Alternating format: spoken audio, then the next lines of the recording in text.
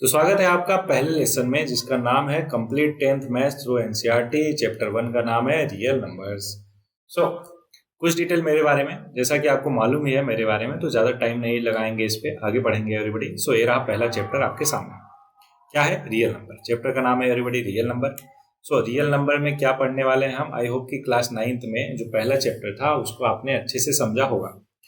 नहीं समझा है, चलो कोई बात नहीं, रिवाइज करवा देता हूँ एवरीबडी। तो अगर हम नंबर की बात करें, पहले इसको क्लासिफाई करके देख लेते हैं। कितने पार्ट में डिवाइड किया था मैंने?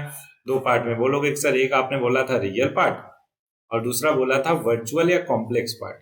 और कॉम्प्लेक्स को आपने बताया था कि जब रूट के अंदर नेगेटिव आ जाए तो उसको कॉम्प्लेक्स नंबर बोलते हैं, जो कि हम ना तो 9th में पढ़ेंगे ना तो 10th में पढ़ेंगे। कब पढ़ेंगे? सीधे 11th में। ठीक है, कॉम्प्लेक्स नंबर करके एक टॉपिक आएगा चैप्टर, अगर आप मैथ्स लेते हो तो वहां पे देखेंगे कॉम्प्लेक्स वाला। अब जो रियल नंबर था उसको फिर आपने दो पार्ट में डिवाइड किया था, एक रेशनल नंबर और दूसरा इरेशनल नंबर। ठीक है, अब इरेशनल नंबर को भी आपने कहा था कि क्लास 10th में पढ़ेंगे। बिल्कुल एवरीबडी, यहाँ पे पढ़ेंगे। एग्जाम्पल के तौर पे पहले दोनों समझ लेते हैं होते क्या है। रेशनल नंबर वो होता है everybody which can be written as p by q form where q should not be equal to 0।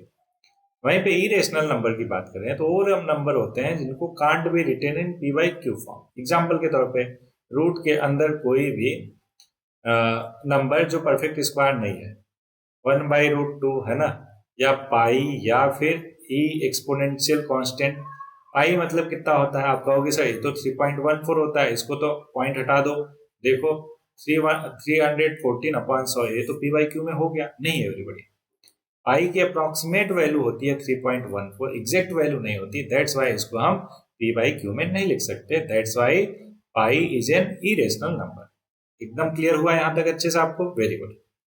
अभी जो रियल नंबर को हमने कैटेगराइज किया रेशनल और इरेशनल में, अब रेशनल को कैटेगराइज करते हैं। तो यहाँ पे देखते जाओ बस अच्छे से। ये होता है रेशनल नंबर, क्या होता है? नेचुरल नंबर, दूसरा होल नंबर, तीसरा इंटीजर, चौथा प्राइम, पांचवा ऑड, छठा इवन, सातवां कंपोजिट। ठीक, और कोई याद आएगा तो मैं बता दूंगा, डोंट वरी। नेचुरल नंबर क्या होते हैं? वो सारे के सारे नंबर जो हम जानते हैं, 1 2 3 4 5 6 7 एंड सो ऑन, कहां तक? इन्फिनाइट तक। ठीक, होल नंबर में जीरो भी इंक्लूड हो जाता है, 0 1 2 3 4 5 कहां तक? इन्फिनाइट तक। इंटीजर की बात किया जाए एवरीबॉडी, तो इंटीजर क्या होता है? इंटीजर होता है प्लस माइनस दोनों, तो +-1 +-2 +-3 एंड सो ऑन, कहां तक? प्लस माइनस इन्फिनाइट तक। क्या जीरो नहीं होता? क्या बिल्कुल जीरो भी होता है एवरीबॉडी, इंटीजर में जीरो भी होता है। ठीक है, अगला आते हैं पी से। क्या बोला था मैंने? Prime number. तो प्राइम नंबर वो होता है जो किसी की टेबल में ना आए। For example 2 3 5 7 11 13 17 and so on, मतलब ऐसे number which can't be factorise. Prime number are those number which can not be factorise. ओ से क्या बोला था? ओ से ऑड नंबर बोला था। Very good. Odd number are those number which can't be divided by 2, मतलब कोई भी नंबर जो 2 से डिवाइड नहीं हो सकता उसको हम ऑड नंबर बोलते हैं। बोलो कि सर प्राइम और ऑड का तो मतलब सेम ही हो गया? नहीं है एवरीबॉडी, प्राइम हो जो किसी से भी ना कैंसिल आउट हो, लेकिन ऑड केवल 2 से कैंसिल आउट ना होने वाला। तो आप बोलोगे सर डिफरेंस बताओ, डिफरेंस। मजा नहीं आया तो ये लो मजा। मान लो मैंने कहा कि 17 क्या है, आप बोलोगे सर प्राइम नंबर, लेकिन ऑड नंबर है क्या? बिल्कुल। मैंने बोला कि आप बताओ 27, तो कहोगे सर देखो ये प्राइम नंबर नहीं हुआ। क्यों? क्योंकि 9 के टेबल में 27 आता है, 9 3 जा 27। लेकिन क्या प्राइम नंबर है क्या? तो बोलोगे 2 से अभी डिवाइड करके देख लेता हूँ, अभी देख लेता हूँ, अभी करके देता हूँ। क्या डिवाइड? तो अभी आपने डिवाइड किया तो ये कैंसिल आउट नहीं हुआ, 1 रिमाइंडर बच गया। तो कहोगे सर देखो 2 के टेबल में नहीं आ रहा इसलिए ऑड नंबर हो गया। एकदम क्लियर हुआ क्या कि 27 एक ऑड तो है लेकिन प्राइम नंबर नहीं है। क्यों? क्योंकि 2 के टेबल में नहीं आ रहा लेकिन 9 के टेबल में आ रहा। इवन नंबर क्या होता है? जो 2 के टेबल में आ जाए, जैसे 0 2 4 6 8 10 12। देखो कितना बढ़िया रिदम है इसमें, है कि नहीं? 0 2 4 6 8, देखो कितना सा। तो ये क्या हो गया? इवन नंबर हो गया। मुझे पता है एक बच्चों वाली चीज मैं बता रहा हूँ, लेकिन क्या करें, कॉन्सेप्चुअल क्लैरिटी चाहिए ना, तो सुनो ध्यान से अच्छे से। ओके, कंपोजिट नंबर क्या होता है? कंपोजिट नंबर वो होते हैं विच कैन बी फैक्टराइज। एकदम सिंपल चीज है everybody, which can be factorise, just prime number का उल्टा। एग्जांपल के तौर पे 6 को फैक्टर कर सकते हैं क्या? 2 × 3, बिल्कुल। तो इसलिए 6 क्या हो गया? कंपोजिट नंबर हो गया। बताओ 27 कंपोजिट नंबर, 33 कंपोजिट नंबर। क्यों? क्योंकि इसको 11 × 3 लिख सकते हैं। बोलो हाँ ना। सो एवरीबॉडी, अभी तक हमने क्या सीखा, ये बन गया है सामने क्या, हलवा, हलवा बोलेंगे अपन, ठीक है। सो इस हलवे में, इस हलवे से हम कंक्लूजन ड्रॉ करते हैं। ओके, तो कंक्लूजन ये है कि अभी तक हमने सीखा कि नंबर क्या होते हैं, कितने टाइप के होते हैं, रियल और कॉम्प्लेक्स। कॉम्प्लेक्स क्या होता है, जो रूट के अंदर नेगेटिव आ जाए उसको छोड़ देना है। क्यों, 11th में सीधे कॉम्प्लेक्स नंबर वाले चैप्टर में करेंगे। ओके, अगर मैथ लिया तो ऑब्वियस लोगे, क्यों, क्योंकि तुम मेरे स्टूडेंट हो, है ना। अगला, रियल नंबर को फिर से दो भागों में डिवाइड किया, रेशनल और इरेशनल। इरेशनल हो जो रूट के अंदर कोई भी परफेक्ट स्क्वायर नंबर ना हो, ध्यान रहे ना हो, जैसे √2, √3, √5 एंड सो ऑन। अच्छा, √16 क्या हो जाएगा, रेशनल हो जाएगा। क्यों, क्योंकि 16 एक परफेक्ट स्क्वायर नंबर है एवरीबॉडी, है ना, उसका स्क्वायर रूट 4 होता है, और 4 को 4/1 तो लिख ही सकते हैं, तो वो रेशनल नंबर हो गया। क्यों, क्योंकि उसको p/q फॉर्म में लिख लिया। अब रेशनल नंबर को देखा, natural, whole number, integer, prime, फिर ओ से क्या था, ऑड, फिर ई, इवन, देन कंपोजिट। ये सब टाइप के पढ़ लिए, एकदम अच्छे से क्लियर, वेरी गुड। आगे बढ़ते हैं एवरीबॉडी, ये सारा कुछ हमने देख लिया एकदम बढ़िया से, इसलिए आगे बढ़ेंगे। अब पहला वाला कॉन्सेप्ट समझेंगे जिसका नाम है फंडामेंटल थ्योरम ऑफ अरिथमेटिक। क्या, फंडामेंटल थ्योरम ऑफ अरिथमेटिक, ऐसे ही बोलना है आपको भी, ठीक है, तभी मजा आएगा मैथ्स पढ़ते हुए। ओके, चलो अब ये फंडामेंटल थ्योरम ऑफ अरिथमेटिक क्या बोलता है, पहले ये देख लेते हैं, ठीक है। थ्योरम को पढ़ लेते हैं, फिर मैं आपको समझाता हूँ। थ्योरम बोला कि एवरी कंपोजिट नंबर, आप ये क्लियर है आपको, कंपोजिट नंबर क्या, जिसका फैक्टर हो जाए, ओके, कैन बी एक्सप्रेस्ड या factorise as a product of primes. Prime भी आपको पता है, 2, 3, 5, 7, 11 and so on. And this factorisation is unique apart from the order in which the prime number factor अकर।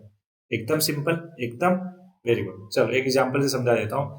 बोला कोई भी कंपोजिट नंबर ले लो, 24 ले लिया मान लो एग्जांपल के तौर पे, उसका फैक्टर किया 2, 12, 2, 6, 2, 3 और 3। तो बोल रहा है कि इस 24 को हम प्रोडक्ट ऑफ प्राइम फैक्टर के फॉर्म में लिख सकते हैं, irrespective of their order in which they are written. मतलब 2 की पावर 3 इंटू 3 लिखो या 3 इंटू 2 की पावर 3 लिखो, है ना। तो हर कंपोजिट नंबर को इसके प्राइम फैक्टर के फॉर्म में ऐसे मल्टीप्लाई करके लिख सकते हैं। यही बोल रहा theorem, fundamental theorem of arithmetic. एकदम क्लियर अच्छे से बोलो कि हाँ सर एकदम क्लियर हो गया अच्छे से समझ।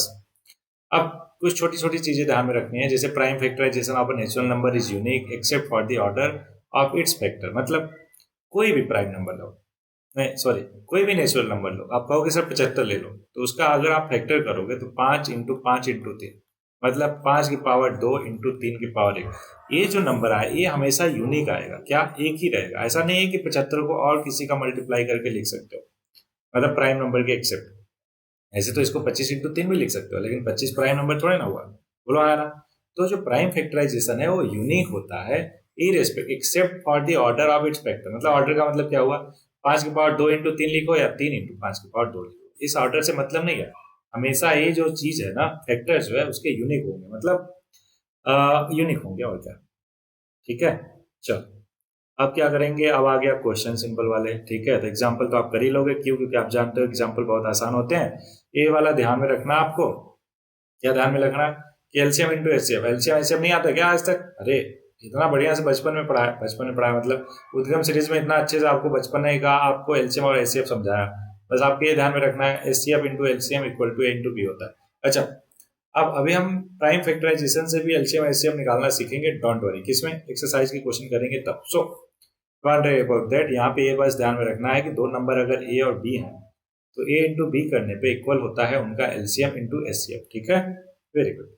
तो ये एग्जांपल तो आप बाद में कर लोगे बहुत अच्छे से। चलो पहला एक्सरसाइज आ गया, लेकिन यहाँ पे मिला आपको पहला, आपका होमवर्क क्या है, आपको मिला पहला फंडामेंटल वैल्यू जिसका नाम है अवेयरनेस। सो क्या है समझो ध्यान से, स्टार्टिंग फ्रॉम नाउ और नेक्स्ट क्लास में, मतलब नेक्स्ट जब वीडियो आप देखोगे तब तक आपको क्या करना है, अवेयरनेस वाले फंडामेंटल वैल्यूज को फॉलो करना है। अभी क्या है समझो ध्यान से, आपको हर टाइम अवेयर रहना है। आप क्या कर रहे हो, स्कूल जा रहे हो, खाना खा रहे हो, पढ़ाई कर रहे हो, इंस्टाग्राम चला रहे हो, स्नैपचैट पे मैसेज भेज रहे हो, है ना, कोई भी चीज आप करो जस्ट अवेयर रहो।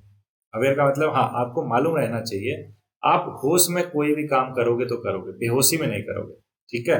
अब ये पता कैसे चलेगा कि आपने किया कि नहीं किया, जब आप रात को सोने जाओगे तो कॉपी कलम उठाओगे, डायरी उठाओगे, क्या, डायरी उठाओगे, हाँ सही सुना आपने, एक डायरी लोगे, उसमें लिखोगे कि आप कितने टाइम तक अवेयर थे पूरे दिन में।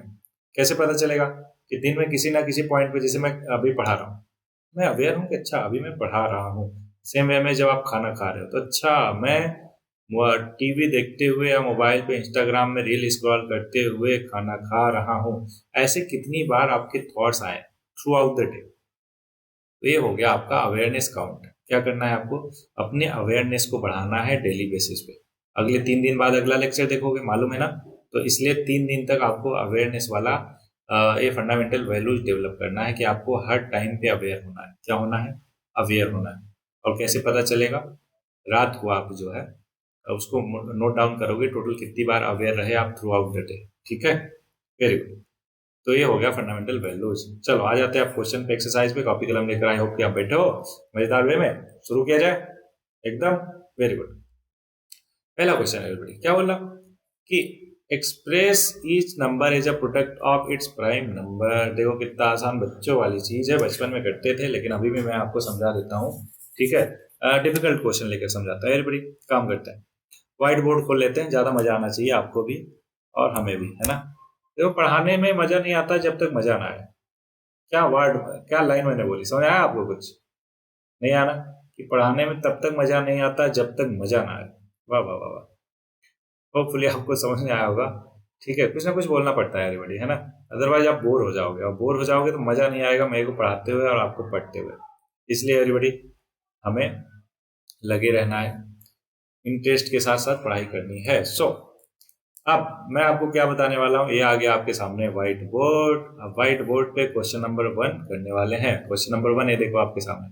बोला express each number as a product of its prime factors. तो मैं एक काम करता हूँ, डिफिकल्ट वाले उठाता हूँ। एक काम करो, डिफिकल्ट वाला एक ये दिख रहा 38, 25 और 74, 29। ठीक है, तो ये दोनों उठा लेते हैं। तो पहला हो गया 38, 25 और दूसरा है 74, 29। यही है, एक बार देख लेते हैं, कोई दिक्कत नहीं। 74, 29, ठीक है एवरीबॉडी। अब इसको प्राइम फैक्टर करते हैं। कैसे करते हैं, याद कीजिए, बचपन में हमने फैक्टराइजेशन करना सीखा था। लास्ट में 5 है, पहले 2 से तो कैंसिल होगा नहीं, क्यों, क्योंकि ये ऑड नंबर हो गया। बोलो हाँ है ना, अभी सीखा हमने। अच्छा ऑड है तो 2 से नहीं जाएगा, तो 3 से देखते हैं। 3 से डिविजिबिलिटी का रूल क्या बोलता है कि सारे नंबर का सम करने पे 3 से डिविजिबल होना चाहिए। तो नंबर का सम कर लेते हैं। 8 3 11, 2 13, 5 18। तो बिल्कुल 3 से डिविजिबल है, इसलिए एवरीबॉडी 3 से डिवाइड कर दो इसको। क्या जाएगा, 3 1 जा 3, 3 2 जा 6, रिमाइंडर 2 और 2 और 2 22, 7 3 जा 21, 1 और 5 15, तो 5 3 जा 15। फिर देखो जोड़ के, 7 2 9 5 14, 1 15। फिर 3 से ले जाओ, फिर 4 2 जा 6, 5 जा, बोलो हाँ ना। फिर देखो 4 2 6 5 11, नहीं जाएगा तो 5 से ले जाओ, क्योंकि लास्ट में 5 है, तो 5 से तो कैंसिल आउट होगा ही एवरीबॉडी, है ना। 5 से गया 8 जा, फिर 5 जा, वेरी गुड। फिर 5 से, फिर 17 आ जाएगा, फिर 17 से 1 जा, एकदम क्लियर। तो 3 8 2 5 को आप लिख सकते हो। 3 कितनी बार, 2 बार। 5 कितनी बार, 2 बार। और 17 एक बार। तो ये इसका प्राइम फैक्टराइजेशन हो गया, एकदम क्लियर, बोलोगे बिल्कुल सर। अब दूसरे वाले पे आ जाओ एवरीबॉडी। इसमें भी देखो ध्यान से, लास्ट में क्या है, 9 है। 9 है, इसका मतलब क्या हुआ कि क्या 2 से कैंसिल आउट होगा क्या, आप बोलोगे नहीं सर। तो इसलिए किससे करें, 3 से। 3 से करने का रूल क्या है कि नंबर को जोड़ो, देखो अगर 3 से डिविजिबल आ रहा होगा सम, तो ये भी 3 से डिविजिबल होगा। चलो देख कर लेते हैं करके। 7 4 11, 2 13, 9 22। 22 तो होता है क्या, 3 से नहीं। फिर 4 से आ जाओ। 4 में क्या है कि लास्ट के 2 डिजिट 4 से डिविजिबल होने चाहिए। अरे जब 2 से नहीं है तो 4 से थोड़े ना होगा, बोलो हाँ ना। एकदम क्लियर है क्या। जब सामने वाला इंसान तुम्हें इंस्टाग्राम पे ऐड नहीं कर रहा, तो स्नैपचैट पे थोड़े ना कर लेगा, है कि नहीं। इसलिए अगले पे आएंगे 5वें पे, व्हाट्सएप पे नहीं, 5वें पे। 5 से भी नहीं होगा, क्यों, क्योंकि लास्ट में 9 है। फिर 6 से, 2 और 3 से नहीं हो रहा तो 6 से भी नहीं होगा। फिर 7 से। अब ध्यान से समझो, अब 7 से रूल से बेहतर है, करके देख लो ना। 7 एकम 7, 7 छंग 42, 7 एकम 7, 2 बच जाएगा, नहीं होगा, ठीक है। फिर 9 से बिल्कुल भी नहीं होगा। 7 से भी हो गया, 8 से भी हो गया, 9 से, अब 11 से चेक करते हैं। 11 6 जा 66।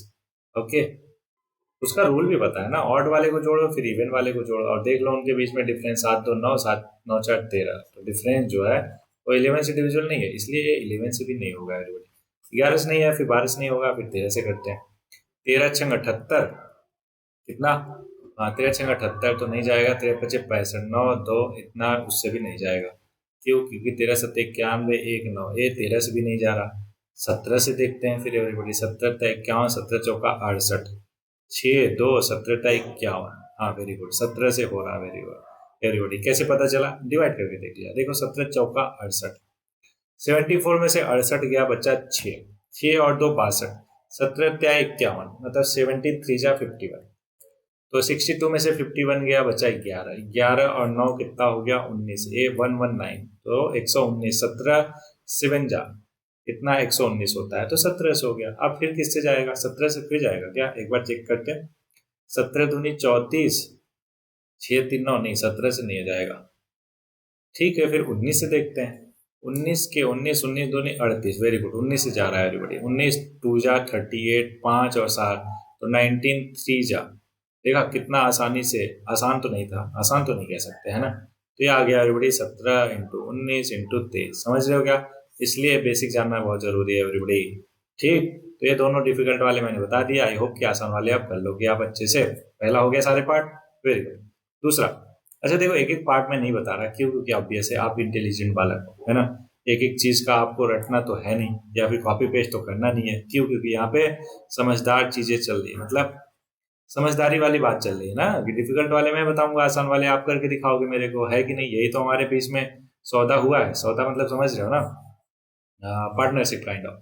तो कोई भी पढ़ाई लिखाई एक तरफा नहीं होती है एवरीबॉडी, हम दोनों तरफ, हम दोनों को कंट्रीब्यूट करना है। हमारा डायरेक्शन होगा, आपकी मेहनत होगी, तभी रंग लाएगी, है ना, मजा आएगा। ओके, पहला हो गया। दूसरे पे आते हैं। बोल रहा दूसरा क्या बोल रहा, समझो ध्यान से। Find the LCM and HCF of the following pair of integers and verify that LCM into HCF equal to product of two number, मतलब ए इंटू बी। ठीक, अब इसको भी व्हाइट बोर्ड पे ले लेते। कौन सा डिफिकल्ट लग रहा है आपको? बताओ बताओ। पहला तो आसान है, दूसरा डिफिकल्ट, तीसरा डिफिकल्ट। तीसरा है दूसरा, तीसरा है दूसरा, एक ही बताऊंगा क्योंकि ये आसान है एवरीबॉडी। ठीक है, चलो तीसरा बता देता हूँ, डिफिकल्ट लगा। 336 54। ओके, आ जाओ व्हाइट बोर्ड पे। क्या क्या बोला? 336 और 54, 336 और 54। ठीक है, तो एवरीबॉडी ये देखो क्वेश्चन है 336 और 54। तो ये हमारा हो गया ए और ये हो गया बी। ठीक है, चलो अब क्या करते हैं कि ए को फैक्टराइज करते हैं। तो ए को फैक्टराइज आप कर सकते हो क्या? 336 को, चलो फटाक से कर लेते हैं। इसको कितनी बार ले जाए? जल्दी बोलो जल्दी बोलो।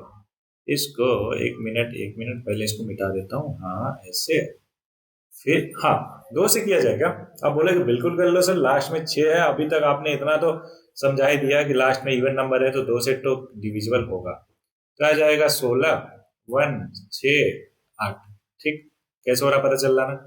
फिर 2 से ले जाओ, 8 दूनी 16 और 4 दूनी 8, फिर 2 से कितना? 4 2, फिर 2 से कितना? 21, फिर 3 से 7, फिर 7 से। ठीक, इसी तरीके से 54 का भी कर लो एवरीबॉडी। 2 से 27, फिर 3 से 9, फिर 3 से 3, फिर 3 से 1। बोलो एकदम क्लियर? कहोगे सर एकदम क्लियर। तो आप ध्यान से समझो एवरीबॉडी। अगले स्टेप में अपन क्या करते हैं कि ए को लिख लेते ऐसे। कितनी बार 2 आया था? एक बार देख लेते किधर गया।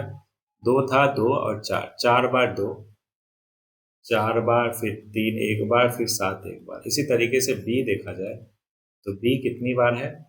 2 और 3 बार, मतलब 2 इंटू 3 के पावर 3। अच्छा, ए और बी का मतलब क्या हुआ? चलो लिख ही देता हूँ, नहीं तो आप बोलोगे सर ए और बी क्यों लिख रहे हो, जब हमें पता है नंबर सामने ही है। तो क्या क्या नंबर है? 336, 336 और 54। ठीक है, अब ध्यान से समझो। अगर इनका एलसीएम लेना है, अभी एलसीएम लेना मैं सिखा रहा आपको, ध्यान दीजिएगा। एलसीएम क्या होता है समझो ध्यान से। दो नंबर का एलसीएम पर ऐसे निकालते हैं कि दोनों में जितनी बार भी कॉमन है उसको लिख लेंगे। जैसे देखो यहाँ पे 2 के पावर 4 है, यहाँ पे 2 के पावर 1 है, तो मैक्सिमम बार कौन है?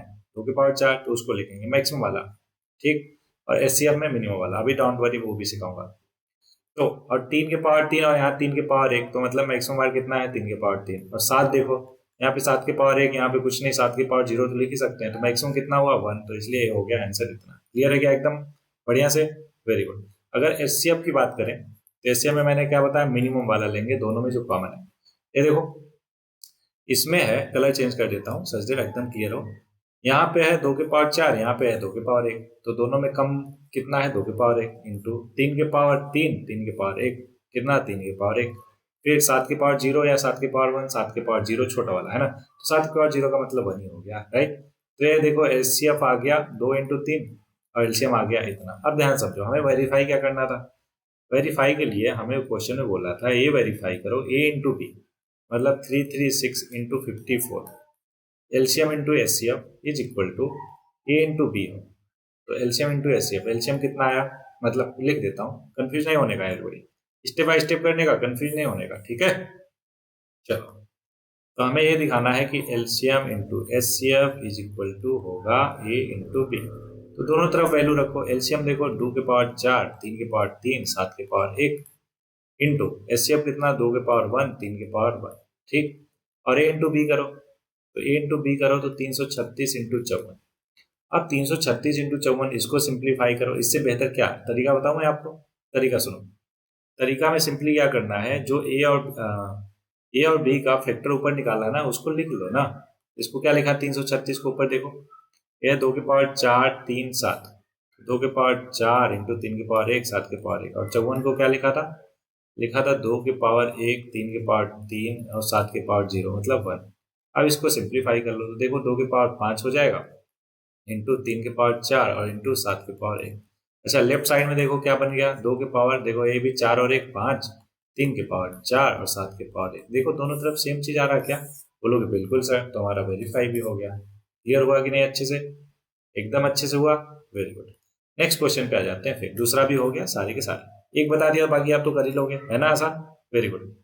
सो तीसरा पार्ट है एवरीबॉडी, क्वेश्चन का तीसरा। Find the LCM and HCF of the following integer by applying the prime factorisation method. कितना बच्चों वाला क्वेश्चन, 12, 15, 21, 17, 23, 29, 8, 9, 25। ये दूसरा वाला डिफिकल्ट दिख रहा है, इसमें तो कुछ है ही नहीं।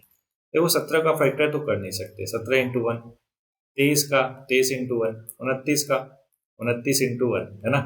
तो इसलिए क्या करेंगे, एलसीएम इनका क्या हो जाएगा एवरीबॉडी, एलसीएम हो जाएगा 17 इंटू 23 इंटू 29। अच्छा, एचसीएफ क्या हो जाएगा, एचसीएफ आप कहोगे जो कॉमन है तीनों में, कुछ नहीं है, 1 है, तो इसलिए 1 हो गया एचसीएफ, एकदम क्लियर। अच्छा, दूसरा 12, 15, 21 का देखते हैं। तो यहाँ पे लिखा 12 कैसे, 2 के पावर 2 इंटू 3, 15 को क्या लिखा, 2 3 के पावर 1 इंटू 5 कार 1, और क्या था लास्ट में, 12, 15 और 21, 21 को क्या लिख सकते हैं, 3 के पावर 1 इंटू 7। अब याद कीजिए एलसीएम मैंने क्या बताया था, एलसीएम बताया था कि जो कोई भी उठाओ, दो उठाओ, देखो मैक्सिमम कितनी बार है, 2 के पावर 2 ही है, तो लिख दो। 3 देखो कितनी बार है, एक बार हर जगह, तो 3 के पावर 1 हो जाएगा। 5, 5 के पावर 1, 7, 7 के पावर 1, समझ रहे हो क्या, तो एलसीएम आ गया ये। एचसीएफ की बात करें तो एचसीएफ जो कॉमन है तीनों में, मतलब 3 के पावर 1 ही है, तो ये हो गया एचसीएफ, एकदम क्लियर, दोनों के दोनों चीज। क्या एलसीएम और एचसीएफ निकालना by prime factorisation, very good. अब नेक्स्ट क्वेश्चन पे आते हैं, उससे पहले पक गई है खिचड़ी, तो उसको थोड़ा सा मिटा लेते हैं, ठीक है। तो खिचड़ी को मिटाते हैं, खिचड़ी को क्या करते हैं, साफ करते हैं, हाँ, खिचड़ी को साफ कर रहे हैं एवरीबॉडी। तब तक आई होप कि आपको कॉपी कलम में, है ना, आपके हाथ चल रहे होंगे कॉपी कलम पे, है ना, किसी भाई बहन पे नहीं आसपास, तो उनको धोए जा रहे हो कि सर हाथ चलाने से मतलब है, आपने कहा हाथ चलाना है ना, तो हाथ चलाना मतलब कॉपी कलम यूज करना एवरीबॉडी, ना कि अपने सिबलिंग्स को पीटना, ठीक है।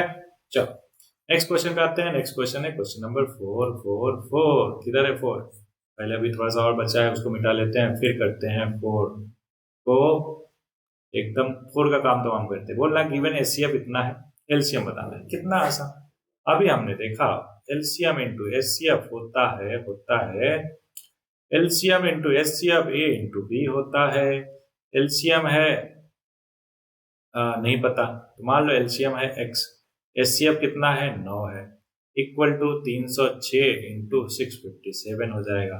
अब 3 से डिवाइड, 9 से डिवाइड कर दो एवरीबॉडी, तो देखो 306 कट जाएगा, क्योंकि 6 और 3 9, जोड़ने पे 9 आ रहा, जो कि 9 से डिविजिबल है, दैट्स वाई 306 भी 9 से डिविजिबल होगा। कितना, 9 3 27, 3 6 9 4 36, तो 34 इंटू 5 657, मल्टीप्लाई नहीं कर लोगे, बिल्कुल कर लोगे ना, तो हो गया आंसर, खत्म। चौथा हो गया, पांचवा, check whether 6 power n can end with the digit 0 for any natural number. अब ध्यान समझो, इसको दो तरीके से करेंगे एवरीबॉडी, है ना, दो मेथड से मैं समझाता हूँ 6 के पावर n वाला, ध्यान से अच्छे से समझना। पहला है, पहला तरीका प्राइम फैक्टराइजेशन, है ना, फर्स्ट मेथड, इसको लिखेंगे फर्स्ट मेथड को क्या, prime factorisation method, prime factorisation method, PFM। कहेंगे कि देखो 6 के पावर n को हमने क्या किया, वो नहीं दिख रहा क्या, एरो किधर गया, ओहो, 6 के पावर n को हम लिख सकते हैं 2 इंटू 3 के होल पावर n। बोलो हाँ ना, कहोगे यस सर। अब यह बन जाएगा 2 के पावर n इंटू 3 के पावर n। अब आप ये कहोगे कि सर देखो, हमें मालूम है कि लास्ट में जीरो आने के लिए जीरो तभी आता है जब एक फैक्टर 5 हो और एक 2 हो, लेकिन यहाँ पे तो केवल 2 आ रहा, यहाँ पे तो 5 आ ही नहीं रहा। तो वर्डिंग ऐसा लिख देंगे, हेंस मतलब because there is no factor is 5 and we know that to end any number with 0 we need two factor of 2 and 5, मतलब 2 और 5 होना चाहिए, वहां पे नहीं है, इस वजह से हम क्या कहेंगे, it will never and with 0। एकदम क्लियर हुआ क्या पहला मेथड। दूसरा मेथड, सेकंड मेथड को कैसे करोगे, ध्यान दीजिएगा। सेकंड मेथड को ऐसे करेंगे, एवरीबॉडी पहले इसको थोड़ा ऊपर कर देते हैं। हाँ, सेकंड मेथड को ऐसे करेंगे, कहेंगे देखो 6 के पावर n है, यहाँ पे n की वैल्यू 1 रखो तो क्या बन जाएगा, 6 बन जाएगा। 2 रखो तो क्या बनेगा, 6 का स्क्वायर करोगे 36। 3 रखो तो 6 का क्यूब करोगे क्या, तो 216। फिर 4 रखो तो कहोगे सर 6 के पावर 4 रखोगे तो आएगा 6 दूनी 12, 16 छक्का 96, तो 1296। देख रहे हो क्या हो रहा, n की वैल्यू कोई भी नेचुरल नंबर रख लिखो, हमेशा क्या हो रहा, लास्ट में 6 ही आ रहा। तो 6 के power n will always and with 6, ना कि 0। कैसे, इस तरीके से। ओके, तो ये दूसरा तरीका हो गया इसको सॉल्व करने का। एवरीबॉडी होपफुली आपको क्लियर है। कौन सा क्वेश्चन नंबर 5वां। क्वेश्चन नंबर 6 बोला explain why these number are composite number. देखो कितना आसान, कंपोजिट नंबर का मतलब बताओ, जल्दी बताओ।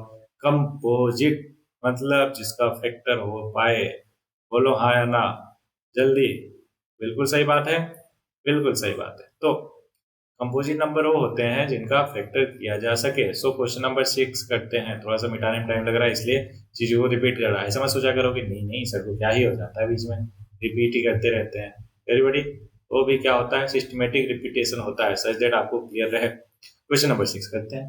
बोला क्यों, क्यों कंपोजिट नंबर। हम जानते हैं कंपोजिट नंबर होता है जिसका फैक्टर हो जाए। इन दोनों में देखो कॉमन क्या दिख रहा है, 13। तो बच्चा क्या 7 इंटू 11 प्लस 1। इसको सिंप्लीफाई करो अंदर ब्रैकेट वाला, तो 11 7 जा 77 प्लस 1 78 हो जाएगा क्या। यानी मतलब पूरा का पूरा नंबर ऐसे लिखा जा सकता है क्या। अब इसको बता सकते हो क्या कि सर इसका 2 फैक्टर है, दैट्स वाई ये कंपोजिट नंबर है। सेम मैनर में यहाँ पे देखो दोनों में कॉमन क्या है, 5। 5 कॉमन ले गया तो बच्चा क्या 6 7 6 4 3 2 प्लस 1। तो ये देखो कितना हो जाएगा, 3 दूनी 6 24, 24 छक्का 24 पंजे 120, 144, 144 इंटू 7 करो जरा, 7 चौ 28, 7 चौ 28 तो 30, 7 कम 7 2 9, 908 और 1 909। तो ये वाली चीज को हम लिख सकते हैं 909 इंटू 5। तो देखो यहाँ पे भी 2 फैक्टर हो गया ना। अब कोई भी नंबर जिसका फैक्टर किया जा सके उसको कंपोजिट नंबर बोलते हैं। हेंस क्वेश्चन नंबर 6 का ये हो गया एक्सप्लेनेशन। एकदम क्लियर, वेरी गुड। अच्छा, ये मैं तुरंत मिटा दे रहा तो ऐसा मत सोचो कि सर अभी तक तो हमने नोट डाउन भी नहीं किया था और आपने मिटा दिया, ये क्या बात हुई है। अभी तो बोला आपने कि दोनों तरफ से होना चाहिए क्या कंट्रीब्यूशन, आप तो मिटा ही दे रहे हो, तो हम कैसे कंट्रीब्यूट करें। अरे भाई वीडियो है, पॉज करके पीछे जाके देख ही सकते हो, है कि नहीं। Very good. क्वेश्चन नंबर 7 बोला है circular path around sport field. ठीक है, सोनिया 18 मिनट लेती है एक राउंड कंप्लीट करने में, रवि 12 मिनट लेता है सेम चीज के लिए। मान लो कि अगर दोनों ने स्टार्ट किया एट द सेम पॉइंट और सेम टाइम पे go in same direction, after how many minute will they meet at the starting point. समझो ध्यान से, यहाँ पे है, मान लो पॉइंट ए है, सोनिया इधर चलती है और रवि भी, कौन है, रवि है कोई और है, हाँ रवि है। तो रवि भी इधर ही चलता है। बोल रहा है कि सोनिया जो है 18 मिनट में एक चक्कर लगाती है और रवि जो है 12 मिनट में एक चक्कर लगाता है। तो हमें बताना है कि कब दोनों के दोनों सेम जगह मिलेंगे। मतलब पॉइंट ए से दोनों सेम टाइम पे चलना स्टार्ट किए तो पॉइंट ए पे ही दोनों के दोनों सेम टाइम पे आएंगे, कितने मिनट के बाद। तो जब भी ऐसा क्वेश्चन है एवरीबॉडी, आपको मालूम होना चाहिए कि दोनों का हमें एलसीएम लेना है। एलसीएम निकालने का तरीका आपने सीखा है, लेकिन यहाँ पे जो तरीका हमने सीखा इस चैप्टर में वही वाला लगाएंगे। अब चाहो तो वैसे भी कर सकते हो, कोई दिक्कत नहीं। इन दोनों का पहले फैक्टर लिख लेंगे, 2 इंटू 3 के पावर 2, है ना। फिर 12 का 2 के पावर 2 इंटू 3 के पावर 1। मैंने कहा एलसीएम के लिए क्या करना है, हाईएस्ट पावर लेना है। यहाँ पे देखो 2 और 2, तो उन दोनों का हाईएस्ट पावर कितना है, 2 है, तो इसलिए 2 के पावर 2। फिर 3 का देखो हाईएस्ट पावर कितना है, 2, तो 3 के पावर 2। सिंप्लीफाई कर दो, 2 का स्क्वायर 4 इंटू 9 कितना आ गया 36। मतलब 36 मिनट बाद वो दोनों यहीं पे मिलेंगे। अब इसको थोड़ा सा, ये तो देखो फॉर्मूला वाइज हो गया, हमने समझ लिया, लेकिन थोड़ा कॉन्सेप्चुअल समझते हैं। देखो जो एस है, एस कौन है, सोनिया। हाँ, सोनिया 18 मिनट में एक चक्कर काटती है, तो एक चक्कर कितना होगा, 18 मिनट में 2 चक्कर, 36 मिनट में, मतलब वहीं पे वापस आ जाएगी, 3, 54 एंड सो ऑन, राइट।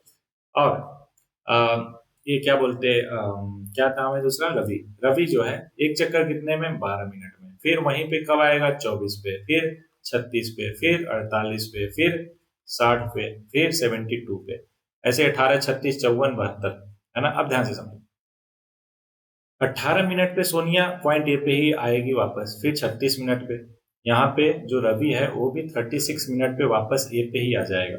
कितना चक्कर लगाने के बाद, ये 4 और ये 3, सॉरी 2, तो दोनों को सेम पॉइंट पे ही आना था। तो वही बोला कि कम से कम, क्या बोला था कि हाउ मेनी मिनट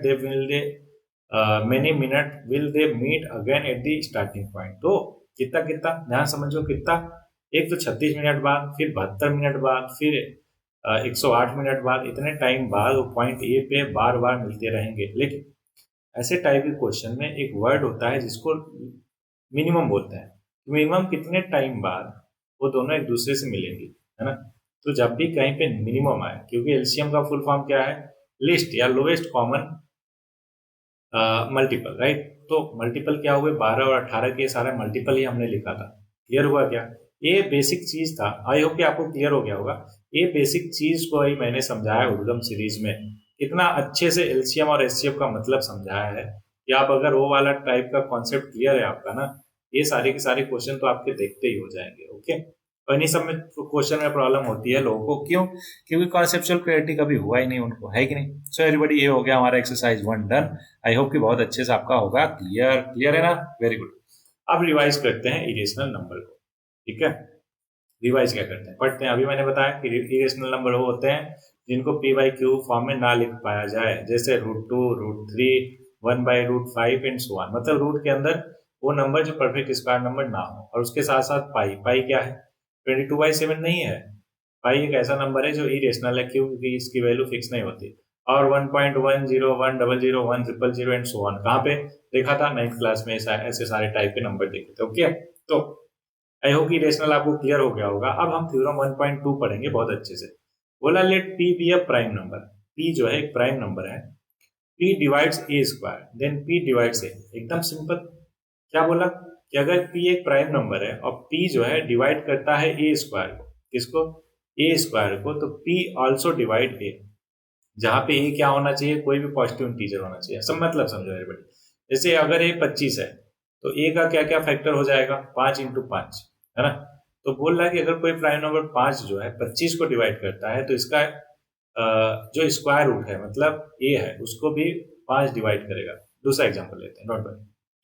मैंने कहा कि हमारे पास नंबर है 49, है ना। तो 49 क्या है, 7 का स्क्वायर है ना। मैंने कहा कि अगर 7 का स्क्वायर, मतलब कि ए स्क्वायर को अगर कोई प्राइम नंबर जैसे 7 है वो अगर डिवाइड करता है, तो इस ए स्क्वायर का मतलब ए को भी, मतलब 7 को भी ये 7 डिवाइड करेगा ही करेगा। एकदम क्लियर हुआ क्या, किससे, न्यूमेरिकल भी एग्जाम्पल लेकर करवाया, एकदम क्लियर। ओके, अब इसको समझो, एग्जाम्पल से समझते हैं, है ना। इससे एग्जाम्पल से समझते हैं। मान लो कि कोई भी हमने नंबर ले लिया ए। क्या ले लिया, नंबर ए, समझो ध्यान से। हमने कोई भी नंबर ले लिया ए, मान लो उसका प्राइम फैक्टराइजेशन है P1 × P2 × P3, कहां तक, Pn तक मान लेते हैं। अब अगर ए स्क्वायर करें तो ये क्या बन जाएगा, P1 का स्क्वायर × P2 का स्क्वायर × P3 का स्क्वायर, कहां तक, Pn का स्क्वायर तक, है ना। कहां तक, Pn का स्क्वायर। ध्यान समझो, अगर ए स्क्वायर को P1, क्या, ए स्क्वायर को P1 डिवाइड करता है, क्योंकि ऑब्वियस है ए स्क्वायर को कौन डिवाइड कर सकता है, P1 से लेकर Pn तक कोई भी डिवाइड कर सकता है। बोलो हाँ, चलो Pr कर लेते हैं। अगर ए स्क्वायर को Pr डिवाइड करता है, इसका मतलब क्या हुआ कि ए के फैक्टर में भी तो Pr कहीं ना कहीं पे होगा। बोलो हाँ, बोलोगे हाँ सर, तो ए को Pr भी तो डिवाइड करेगा, क्यों, क्योंकि वो भी तो उसका प्राइम फैक्टराइजेशन है। एकदम क्लियर हुआ क्या। इसको एग्जाम्पल लेकर करवाते हैं, डोंट वरी। एग्जाम्पल ले लिया, मान लो एक नंबर है 72। 72 का प्राइम फैक्टराइजेशन करो तो ये 36, 18, 18 × 72, तो 2 की पावर 5 × 3 हो गया, ठीक है। 2 की पावर 5 कितना हुआ, सॉरी कितना हुआ, ये गड़बड़ हो गया। तो ये हो गया 72, 18 × 72, 2, 18, 4, हाँ, 2 की पावर 3 इंटू 3 की पावर 2, मतलब कि 8 × 9, तो 8 का 2 की पावर 3 और 3 की पावर 2। अब ध्यान समझो, मैंने कहा 72, या फिर 72 का स्क्वायर करो तो 72 का स्क्वायर क्या हो जाएगा, 2 के पावर 6 इंटू 3 के पावर 4 हो जाएगा। बोलो हाँ ना। तो मैंने कहा कि अगर 72 के पावर 2 को कौन डिवाइड कर रहा, 3 के पावर 2 कर रहा, तो उसका स्क्वायर रूट मतलब 72 को भी 3 के पावर 2 डिवाइड करेगा।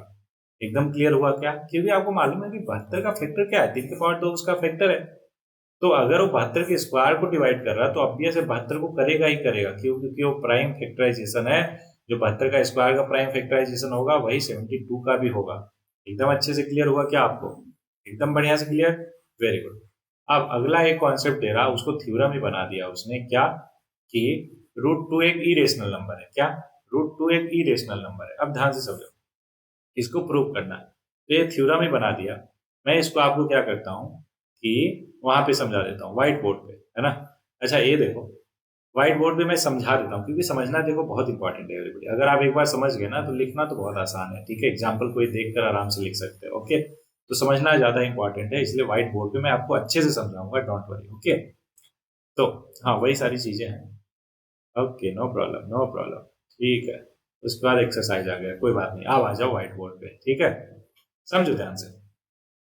हमें प्रूव करना है कि √2 जो है एक क्या है, इरेशनल नंबर है। क्या? √2 इज एन इरेशनल नंबर, ये हमें प्रूव करना है। तो कैसे सब प्रूव करेंगे, समझो ध्यान से। तो प्रूफ ऐसे करेंगे कि लेट, देखो मैंने कहा था आपको कि जब भी आप किसी को सही साबित ना कर पाओ, ये साबित कर दो कि वो गलत है। बोलो हाँ ना। मतलब कि जब किसी को आपको गलत साबित करना हो तो ये साबित कर दो कि वो सही भी नहीं है।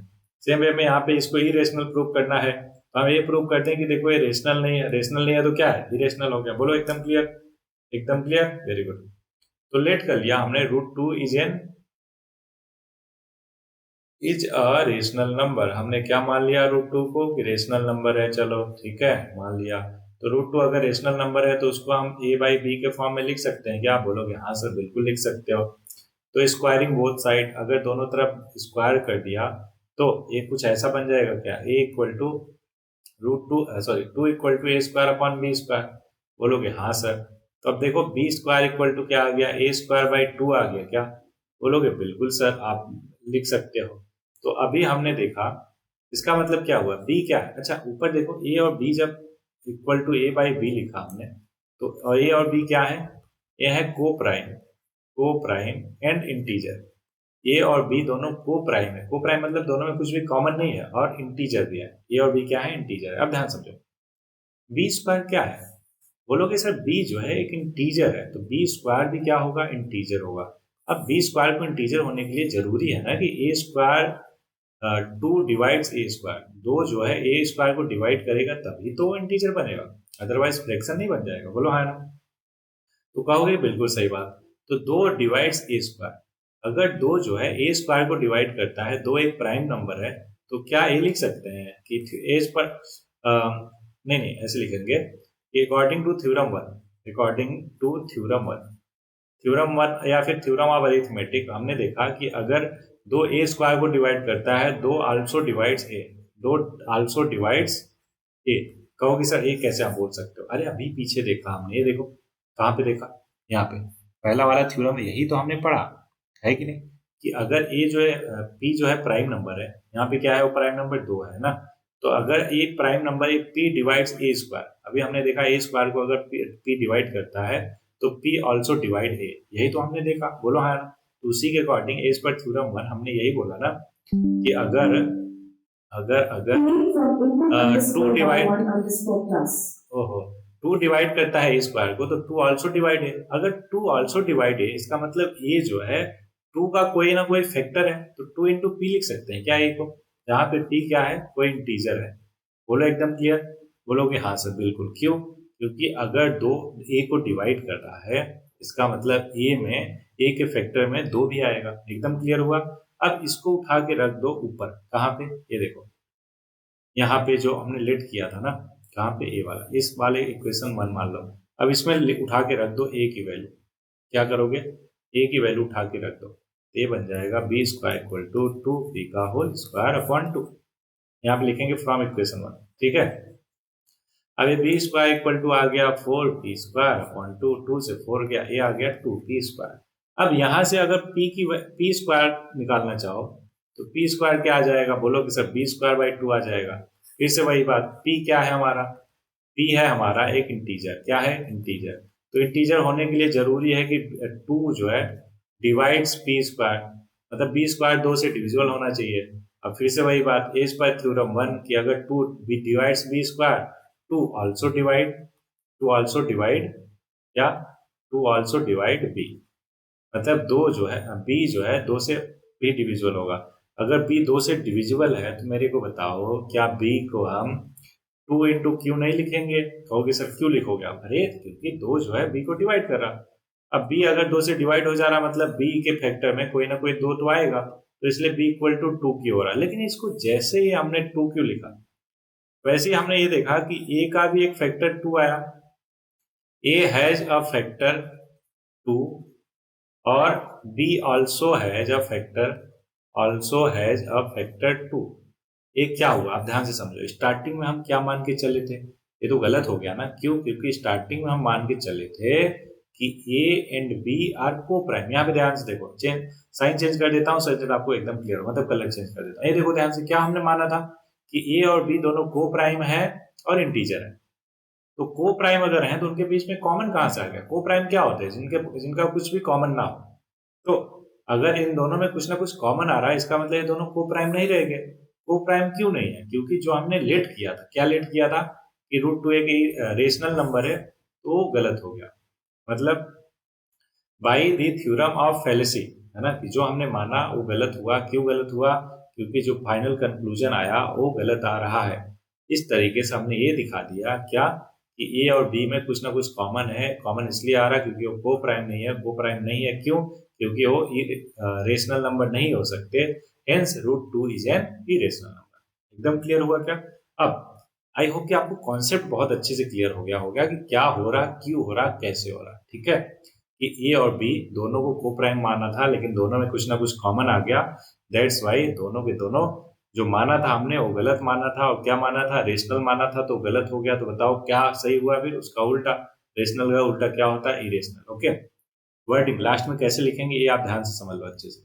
लास्ट में ऐसे लिखेंगे, कैसे कि this contradiction has arises because our incorrect assumption that root two is a rational, so we conclude that root two is irrational. एकदम क्लियर हुआ क्या। चलो अब इसका भी देख लेते हैं एक बार बढ़िया से, कि रूट टू इरेशनल प्रूव करने के लिए हमने मान लिया कि रूट टू रेशनल है। उसके बाद क्या किया कि रूट टू को मान लिया अगर रेशनल है तो पी बाई क्यू फॉर्म में लिख सकते हैं, तो आर बाई एस फॉर्म में हो गया। अब क्या किया कि अगर ये फैक्टर है मतलब कि इसको आर बाई एस को सिंप्लीफाई कर लिया तो ए और बी फॉर्म में कन्वर्ट हो गया, जहां पे ए और बी क्या है, को प्राइम नंबर। यहाँ से बी की वैल्यू मतलब A equal to B root two हो गया। डिवाइड किया, वो अब जो है टू डिवाइड करता है ए को, मतलब टू डिवाइड करता है ए स्क्वायर को, तो इसलिए as per theorem 1.3 two also divide A. बोलो हाँ ना, बोलोगे यस सर। तो ए की वैल्यू टू सी लिख दिया। अब उसके बाद वैल्यू रख के यहाँ पे देखो b square equal to two c square हो गया। फिर से वही बात कि टू डिवाइड बी स्क्वायर, क्या टू डिवाइड बी स्क्वायर तो टू आल्सो डिवाइड बी, वही चीज जो हमने पहले किया था पी क्यू मान के। बोलो है ना। तो इसका मतलब क्या हुआ कि एटलीस्ट टू जो है दोनों का कॉमन है, ए और बी दोनों में। लेकिन ऐसा तो हो नहीं सकता, क्यों, क्योंकि हमने स्टार्टिंग में माना था दोनों को prime. But this contradicts the fact that A and B have no common factor other than 1. This contradiction has arises because our incorrect assumption that root 2 is rational, so we conclude that root 2 is irrational. अब I hope कि आपको बहुत अच्छे से समझ में आ गया। अगर नहीं समझ आया तो फिर से देखो, क्या जो मैंने पूरा को पूरा एक्सप्लेन किया व्हाइट बोर्ड पे उसको फिर से देखो, इस पर्टिकुलर एग्जाम्पल को देखो, लेकिन एकदम क्लियर करो। क्यों, क्योंकि अगर आप एक बार समझ गए ना तो लिखना तो बहुत ही बाएं हाथ का खेल है, आप आराम से लिख लोगे उसको। ओके, तो वीडियो को पॉज करो या बैकवर्ड जाकर उसको क्लियर करो, देखो, बार बार देखो, लेकिन इसको क्लियर करो। क्यों, क्योंकि एक ही बार समझना है एवरीबॉडी। अगर आप एक बार अच्छे समझ गए ना तो कभी भी कोई भी दिक्कत परेशानी नहीं होगा। अब root two, root three, root five कुछ भी प्रूव करना हुआ बस यही आपको फॉलो करना है। क्या कि उसको रूट मान लो, ऐसे जनरल मैं दिखा देता हूँ, रूट एम को ए बाई बी मानना है, स्क्वायर करके बी का एक फैक्टर निकाल लेना है, या फिर बी का फैक्टर आ जाएगा, यहाँ एम है, टू था तो टू आया था, यहाँ एम है तो एम फैक्टर हो जाएगा। इसी तरीके से ए का भी फैक्टर क्या आ जाएगा, एम आ जाएगा। दिखा दोगे कि दोनों का फैक्टर आ रहा है एम, लेकिन दोनों को प्राइम थे, इसका मतलब जो माना था वो गलत था। क्या माना था, रेशनल, तो गलत हुआ, तो उसका गलत का सही क्या हुआ, इरेशनल। एकदम clear, very good. So sorry. वाह वाह वाह। सो एवरीबॉडी, इस तरीके से जितने भी टाइप के क्वेश्चन आएंगे आप बहुत ही आसानी से कर सकते हो। अच्छा, अब ऐसे वाले टाइप के क्वेश्चन कभी कभार आ जाते हैं, तो वैसे वाली टाइप का मैं बता देता हूँ आपको, ध्यान दीजिएगा। कैसे, समझो ध्यान से। एवरीबॉडी, मान लो आ गया 3√5 - 2/7, बोला कि इसको दिखाओ कि ये क्या है, इरेशनल है। तो सिंपली इसको लेट कर लिया करो हमेशा a/b। अब रूट को एक तरफ, बाकी सबको एक तरफ भेज दिया करो। कैसे, इसको फर्दर सिंप्लीफाई कर लेंगे। 7 को उधर भेजा 7a/b, -2 को उधर भेजा तो +2 हो जाएगा। तो ये बच जाएगा 7a/b +2। अब फिर क्या करो, एलसीएम लेकर फिर 3 को भी उधर भेज दो। एलसीएम लिया तो 7a + 2b। अरे देखो, इधर 3 है, उधर जाएगा, डिवाइड हो जाएगा तो 3b आ गया। बोलो हाँ ना। अब देखो, एक तरफ रूट और बाकी दूसरी तरफ बाकी कुछ। अब ये जो बाकी कुछ है, ए और बी क्या है, इंटीजर है, तो उनका मल्टीप्लीकेशन मतलब एडिशन सब्ट्रैक्शन भी क्या आएगा, इंटीजर। तो इसको हम p/q लेट कर सकते हैं। अब देखो ध्यान से, √5 = क्या हो गया, p/q हो गया ना। अब इसको हम प्रूव कर सकते हैं √5 इरेशनल है। अगर √5 इरेशनल है तो पूरा का पूरा जो ऊपर था क्या, इतना सारा कुछ क्या हो जाएगा, इरेशनल हो जाएगा। एकदम क्लियर है क्या। तो अगर कुछ भी दिया रहे ऐसे फॉर्मेट में, कॉम्प्लेक्स टर्म में, तो उसको पहले a/b मान के सिंपल कर लिया करो, है ना। सिंपल करके इस वाले कंक्लूजन तक पहुंचा कीजिए कि एक तरफ रूट, बाकी दूसरी तरफ समथिंग कांस्टेंट। एकदम क्लियर हुआ क्या। Very good. तो अब आ जाते हैं अपने एक्सरसाइज पे। तो एक्सरसाइज में कुछ नहीं है एवरीबॉडी, बहुत ही हल्का एक्सरसाइज है। ये रहा आपके सामने, कितना आसान है ना। ये तो डायरेक्टली है। इसको क्या करोगे, a/b मान लोगे। अब 3 को उधर भेज दो तो 2√5 = a/b -3। एलसीएम लिया a-3b/b। अब ये 2√5 है, 2 को इधर भेज दिया तो 2b। अब इसको हमने क्या लेट कर लिया, p/q। तो अब ये दिखा दो कि √5 क्या है, इरेशनल है। तो ये पूरा का पूरा क्या हो जाएगा, इरेशनल। सेम वे में बाकी भी चीजें क्या हो जाएगा, इरेशनल। अच्छा, ध्यान रहे ये वाली चीज, इरेशनल प्लस रेशनल क्या होता है, irrational. Irrational minus irrational, irrational. Irrational into rational क्या, इरेशनल। डिवाइड भी करोगे तो इरेशनल। एकदम क्लियर है क्या। ठीक है, इरेशनल नंबर। अच्छा, और साथ में अगर इरेशनल इंटू इरेशनल करो तो क्या होगा, दोनों हो सकता है। दोनों हो सकता है। डिवाइड करोगे तो भी दोनों हो सकता है, लेकिन प्लस माइनस भी करने पे दोनों हो सकता है। मतलब इरेशनल का इरेशनल से कुछ भी करो तो दोनों की पॉसिबिलिटी है। इरेशनल भी आ सकता है, इरेशनल भी आ सकता है। एकदम क्लियर हुआ क्या। सो एवरीबॉडी, यही था पूरा का पूरा इस पूरे लेक्चर में। खत्म, कुछ भी नहीं था। बहुत ही ज्यादा आसान चैप्टर था। आई होप कि आपको बहुत अच्छे से क्लियर होगा एक एक चीज, कहीं पे कोई भी डाउट, वेरी परेशानी नहीं होगा। अच्छा, अगर 3 नंबर ले लेंगे फॉर एग्जाम्पल PQR, तो उनका एलसीएम निकालने का तरीका ये है, और एचसीएफ भी निकालने का। इसको बस ध्यान में रखो। इस पे क्वेश्चन आता नहीं, लेकिन आप जस्ट ध्यान में रखो क्योंकि एक नोट दिया है एनसीईआरटी में, तो ध्यान ही रख लेते हैं। ओके, सो एवरीबॉडी, एकदम छोटा सा चैप्टर था, टॉपिक था। योग एक एक चीज क्लियर हुआ होगा। अच्छा, ये चीज तो बची गया क्या, कि आपका स्किल सेट इस पर्टिकुलर लेक्चर के लिए, आपका स्किल सेट है, आपको ऑब्जर्वेंट बनना है, ऑब्जर्व करना है चीजों को, है ना। कि कोई अगर चींटी किसी जमीन पे रेंग रही है ना, बहुत सारी चींटियां, तो कैसे वो एक दूसरे को फॉलो करती है, ठीक है। अगर कोई इंसान बोल रहा है तो कितने जल्दी जल्दी पल के झपका रहा, या फिर कितना आपसे आई कांटेक्ट मेंटेन कर रहा है, या फिर कितना अगल बगल देख रहा है ना। कोई चल रहा तो कैसे चल रहा, सीना तान के चल रहा है या झुक के चल रहा, समझ रहे हो। तो ये छोटी छोटी चीजें ऑब्जर्व करना स्टार्ट करो, और आपको ऑब्जर्वेंट बनना है। तो अगले 3 दिन तक आपके अंदर जो स्किल सेट है ना, वो है ऑब्जर्वेंट वाला डेवलप करने का। ओके, आपको क्या करना है, ऑब्जर्व करना है। अब इसको कैसे आप करोगे, डेली बेसिस पे अगले 3 दिनों तक आपको ऑब्जर्व करना है, और बेस्ट 3 चीजें, 3 best observation of the day को डायरी में लिखना है रोज रात को, ठीक है। ओके, अच्छी चीजें, फनी चीजें लिख सकते हो, सो दैट आपका भी मन लगा रहे, बना रहे, है ना। तो 3 चीजें आपको क्या करना है, लिखना है अपनी डायरी।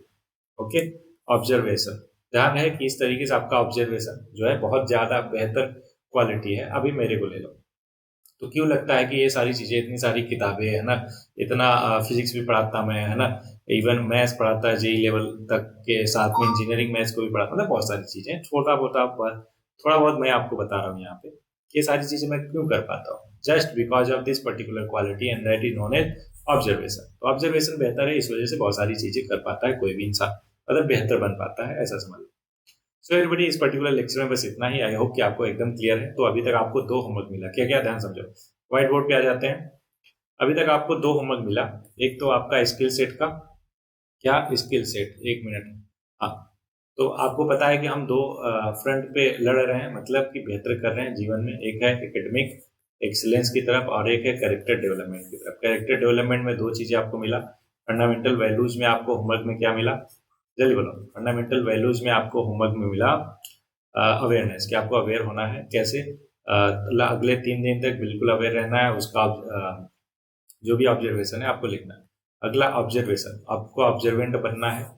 हर दिन का 3 ऑब्जर्वेशन आपको कॉपी में, डायरी में लिखना है रात को सोने से पहले। अब एकेडमिक एक्सीलेंस में करने के लिए अगले 3 दिन तक क्या करना है? पहला, आपको इस एनसीईआरटी के एग्जाम्पल प्लस एक्सरसाइज क्या करना है, कॉपी में अच्छे से एक एक चीज कॉपी में आपको सॉल्व करना है शुरू से लेकर अंतिम तक। ऐसा नहीं मैंने करवा दिया तो हो गया, नहीं, आपको करना है। पहले दिन ये करना है, दूसरे दिन एग्जाम्पलर डाउनलोड करना है, या अगर आपके पास है बहुत अच्छा, उसके क्वेश्चन करने हैं दूसरे दिन। तीसरे दिन आर डी शर्मा उठाना है, उसके कम से कम 30 क्वेश्चन, कितने, एटलीस्ट 30 क्वेश्चन, उतने क्वेश्चन आपको सॉल्व करना है तीसरे दिन। तो ये 3 दिन का टारगेट हो गया आपका दोनों, क्या, एकेडमिक एक्सीलेंस भी और कैरेक्टर डेवलपमेंट भी। आई होप कि आपको ये ध्यान में रहेगा और होमवर्क करके आप अगले लेक्चर में मिलोगे। कब? अगले 3 दिन बाद।